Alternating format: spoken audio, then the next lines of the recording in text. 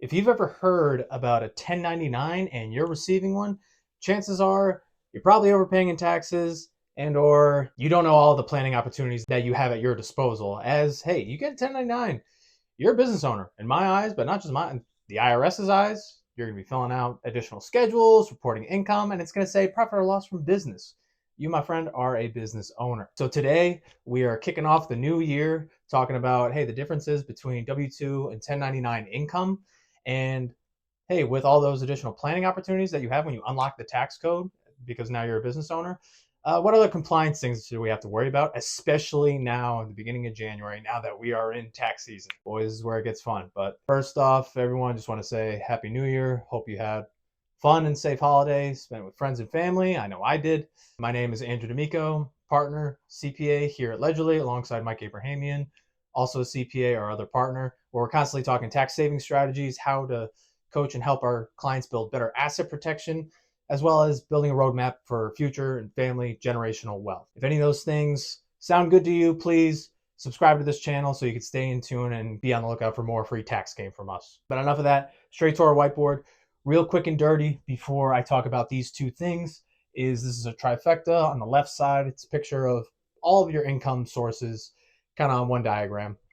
The left is active income, day-to-day stuff, 9 to 5 type work, a business that's active. Passive side is something like a brokerage account, interest, dividends, capital gains, or something like real estate, which is considered passive by the IRS, rental income. And ultimately, it all flows down to you. You're going to report it on a 1040. Now, why I wanted to start with that and why our passive side is small today is that when we are generating income on the left side, we are going to have to pay FICA, Medicare, and Social Security tax, which, depending if you're a business owner or not, the total of which is 15.3%. Nasty, nasty FICA. As my partner in crime, Mike, likes to say, get the FICA out of here. Hey, listen, we're going to be making a living. We're going to have to dance around this thing. On the flip side, on the passive side, there is no FICA, nada. You're not subject to Medicare and Social Security taxes on any passive income. So we're focused on here today, talking through, hey, what are our differences between the W-2 and 1099? I just called out that, hey, they're both going to be subject to FICA. Well, very broad, high level, how does a W-2 work? You go into work, you, I don't know, answer some emails, take some phone calls, do some consulting, or your manual labor, whatever the job is, but you're hired by someone else. You're earning money. You're earning your income day in and day out. That happens first. Then when you get paid, weekly, bi-weekly, you notice that you don't get that gross number on your paycheck, right? It says, oh, gross for the period is $5,000, but you had $700 withheld for Medicare, another $200 for Social Security. Oh, your federal income tax withheld was $500. Whatever the numbers are, taxes, all these different taxes are withheld. That's your FICA, that's your income tax, and maybe even your state withholding. Those get withheld. And then once you have your take-home pay, then you pay for expenses. Rent, mortgage, groceries, kids, sports, clubs, whatever, all these different expenses, right? Whereas our 1099 friends, yep, first things first, whatever it is, if it's a side gig, a side hustle, you're driving Uber, you have your full-fledged sole proprietorship or own operational business where various clients are kicking out 1099s to you, whatever the case, you're earning that income, and then you get to write off any expenses you incurred in pursuit of the generation of that income. And then once you get your bottom line, income less your expenses, then you pay the tax man. Now, why is that important? Well, you can see these two are flip-flopped. Now, granted, we're pretty much going to have another expense line down here because, hey, we're not going to be able to write off everything in our life with our 1099 income. But point is, we get a bite at the apple before we get assessed what tax we're going to owe. Over here on the W-2, the employer is taking care of this. They don't even give you the chance to get that full $5,000 paycheck. They say, hey, we sent $1,000 to the feds. We sent $250 to the state. $3,750, that's your cut. Go ahead. Have a great time. You never had the full five. So the employer is taking care of your withholdings for you, right? You fill out a W-4 when you get first hired anywhere, and you go through the calculation, you fill out the boxes that they want, and the company will assess like, okay, we should be deducting this much from each pay, withholding it for them. Employer takes care of that. Over here, it's on you. If I knew how to draw a finger pointing at you, I'd be pointing at you right now. It's your responsibility to make sure that you're caught up on paying your taxes on that income. But before we do that, we need we need to be tracking. So we're going to need to be doing bookkeeping. We're going to be taking care of the invoicing, bills, everything ourselves when we're operating as a sole proprietor or we are our own business owner in some capacity. Again, this, like I said, this could be Uber. This could be maybe some online sales in today's day and age. Anything that you're doing outside this W-2 and you're generating income on your own, all the onus is on you. But you're also going to be able to do things like, hey, I can take a home office deduction. I can take auto, right? Do I have to drive to various places or different client sites in order to perform my work in this side business or this full-on business? All of this is on you. And at the end of the day, ran out of space, pay taxes. That is all on you, my friend. So whether you have both of these in the picture or you just have the 1099 in the picture, you are going to have to be the one that is paying the taxes because there's no income tax withholdings on your 1099. You kidding me? Very rarely. So the onus is going to be on you to go issuing quarterly estimated payments to the feds, quarterly estimates to your state if they have state income tax.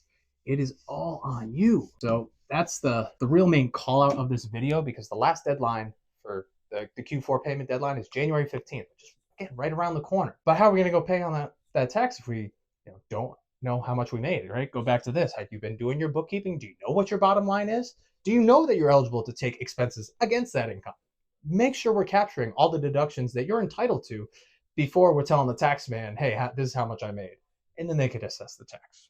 So really focus of the video today is for that avatar who does have 1099 income. Maybe you do have a W-2. If we do have the W-2, we want to get our bottom line from this, from the side hustle, and then we want to check withholdings. Do a provision for yourself.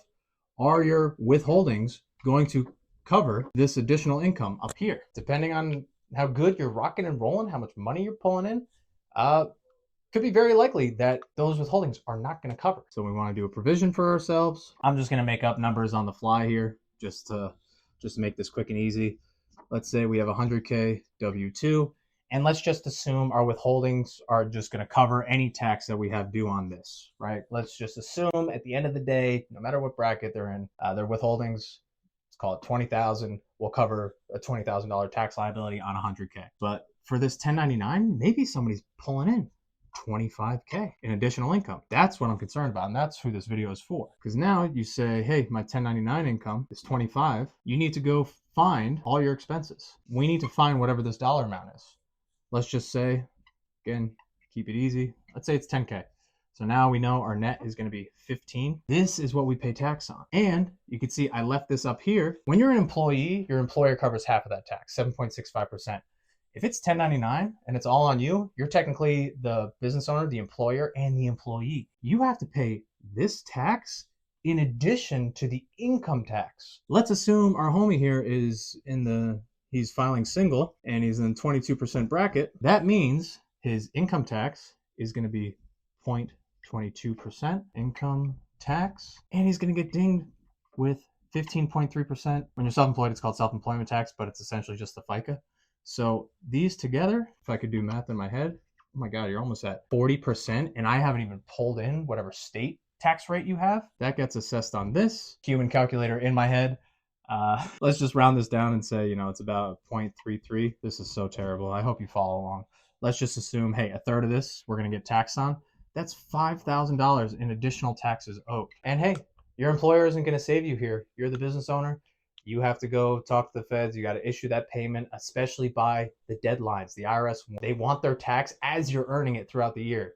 So the deadlines are 4/15, 6/15, 9/15, and then January 15th. Why they are that way? Don't ask me. I'm just a messenger. Please don't shoot me. But hey, if we're going to have this additional liability, we want to make sure we're hitting deadlines so we're limiting any exposure in terms of, hey, underpayment penalties, late payment penalties. You can easily tack on an extra couple $100 in late penalties that can easily be avoided if you do your due diligence. Hey, maybe too late to do some planning and capturing extra deductions from last year, but you should at least go back through your statements. Hey, did I buy any equipment? Did I buy any things for the office?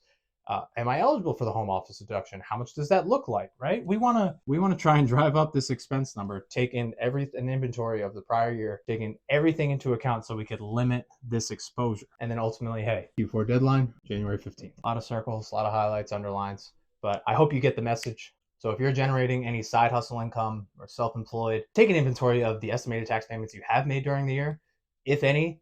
If you do have that day job, check your withholdings, compare it to what your tax liability is going to be, factoring in that additional income. And then for 2026, for the love of God, please talk to an advisor who can help you getting more formalized. If you're just starting out, let's get the LLC in place, right? Maybe we do an S corp election down the line once we make it really profitable.